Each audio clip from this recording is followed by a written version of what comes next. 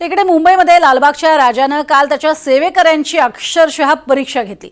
याचं कारण काल सकाळी 7 ते 8च्या दरम्यान विसर्जन अपेक्षित असणाऱ्या लालबागच्या राजाचं विसर्जन मात्र तब्बल 33 तासांनी म्हणजे रात्री 9 वाजता झालं। समुद्राला आलेल्या भरतीमुळे राजा जवळपास 12 तास समुद्रातच होता।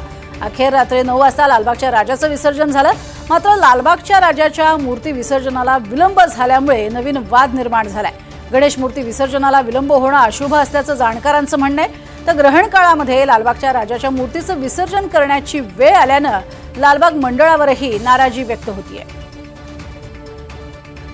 या संदर्भात अधिक माहिती घेऊयात आमची प्रतिनिधी जुई जाधव यांच्याकडनं। जुई, एकीकडे अतिशय परीक्षा घेणारा असा काळ कालचा लालबागच्या राजाच्या सेवेकऱ्यांचा होता, मात्र जोरदार टीका होती। आता त्यावरती काय अधिक माहिती?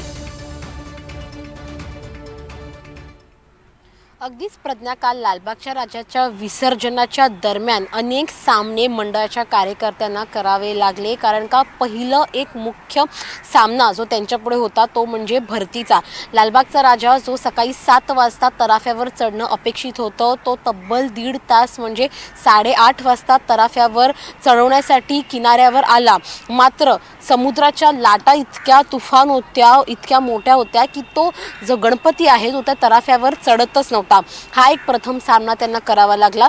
दुसरा सामना म्हणजे की ज्या वेळेला ओहोटी सुरू झाली तेव्हा देखील त्यांनी हाच प्रयत्न केला की गणपतीला तराफ्यावर चढवण्यासाठी, मात्र तो देखील त्यांचा प्रयत्न फसला आणि पूर्णपणे जेव्हा पाणी ओसरलं तेव्हा त्यांनी त्या राजाला तराफ्यावर आणलं, हाताने उचलून त्या राजाला तराफ्यावर ठेवलं, म्हणजे 9 तासानंतर राजाला तराफ्यावर चढवण्यात आलं।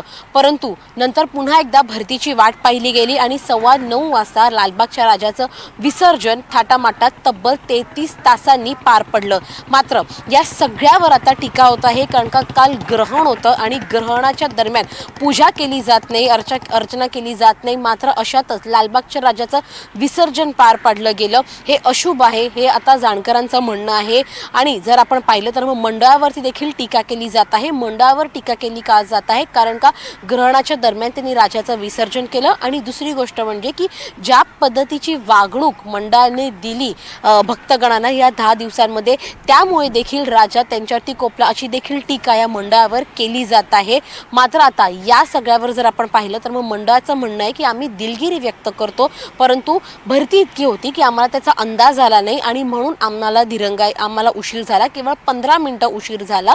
मात्र जर 15 मिनिटं आम्ही लवकर आलो असतो तर मात्र वेळेत, जसं लालबागच्या राजाचं विसर्जन होतं ते वेळेतच विसर्जन झालं असतं, परंतु आता टीका चहू बाजूंनी उशिरा झालेल्या विसर्जनामुळे या मंडळाला सहन करावी लागते। प्रज्ञा, नक्कीच तुर्तास धन्यवाद या संपूर्ण माहितीसाठी।